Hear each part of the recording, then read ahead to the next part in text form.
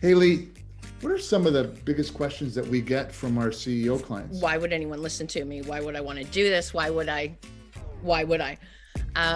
But admittedly, I think many of them have always thought they want to. And I agree with that. It's, who doesn't want to teach people about whatever your expertise and passion is? And you're really living in your passion.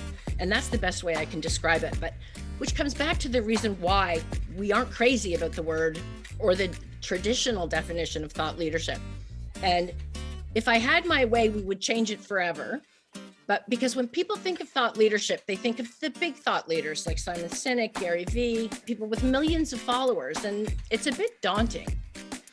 And it's really what we tell people, as you know, Ellen, is really uncovering your narrative.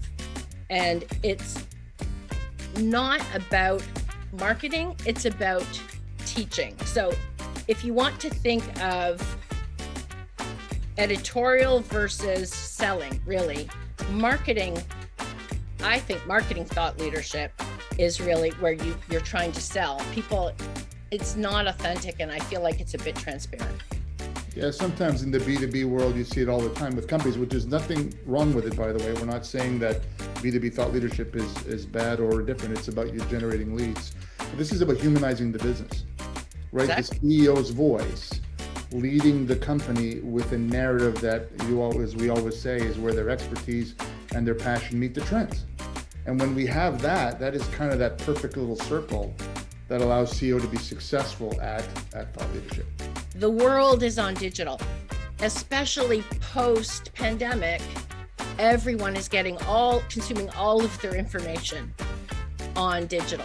So if you're not on digital and you're not uncovering your own narrative and teaching people, then you're adding to somebody else's. So I say you might as well be living in your passion and your expertise, building the trust for you, starting to build your tribe. It's not going to happen overnight. And why not now? And people will listen.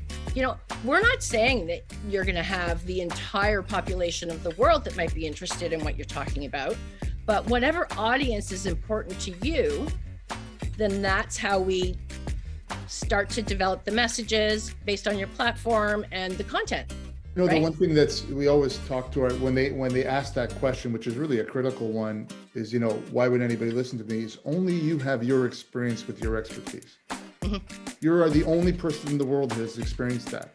So it's your perspective on things, not necessarily that's been said before, because maybe it has been said before. Mm-hmm. That doesn't matter. It's your perspective and the ability to communicate with the people that matter to you. That's really what we're talking about. Right. Yeah, for sure. And being authentic. That is key. Right? Because not necessarily all CEOs are experts in whatever it is the company does or sells, right? We've seen many CEOs that aren't. Oh, in our old world, you helped me with when I was IT security CEO. I wasn't an expert in IT security, but we framed, I learned, and became perceived expert in that space. Right. About 100 years ago now, I had a little more black. Alan, what would you say to CEOs then? Like, what have we been hearing? And what would you say to them when they say, I don't have the time? Well, that's the biggest objection we get, right? Is that I don't have the time to do this, because every CEO is busy. We know that, whether it's family or business or philanthropic stuff, they're all very, very busy. But time is a proxy for value, isn't it? You make time for the things that are important to you. What we believe is that thought leadership can be a nice addition to helping you grow your business, grow your personal brand, all that stuff. But you need a system in place. And so what we always say is that, when you look at developing your platform, as you were saying earlier, there's a process to be able to do that efficiently and effectively. When you're developing the content, it can be incredibly daunting if you think you have to write every blog and do every video and do a podcast in one at a time, because you don't have a team behind you that can do that. If you have a good system in place, then you allow that to happen so you can be consistent. And the third thing is distribution. Is once you've got the content done and you know what you're saying is, how are you getting the message out? That can be done a number of ways, but either you choose to do it internally, you choose to do it yourself, or you do it externally. But there are ways to ensure you can communicate that message, which has been effectively built. And again, at the end of the day, it's about dedicating time for sure, but it's efficiency that is the secret sauce. Yeah, and being authentic and showing your personality. Always. So what does success look like? If we start there, then, we can move on. There's a saying, there's something that they say on social media when someone is telling a story, and they get involved in that person's life and they say, I'm invested. And that's what we want people to be, invested in you and your story and your content. And that's kind of the fun part, because, oh, by the way, we didn't mention it. It's a lot of fun. There's a discovery process for each CEO we work with to be able to figure out what that story is, because it's not a linear path.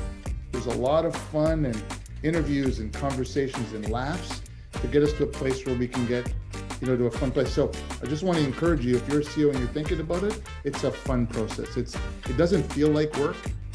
There is work, but it doesn't feel like. At the end of the day, listen, you know what? Finding your voice is not something that comes naturally to everybody. And we're putting a process to make it easier for all CEOs to be able to engage if they want to engage. Yeah. And I would say every CEO, every leader, every entrepreneur has a narrative.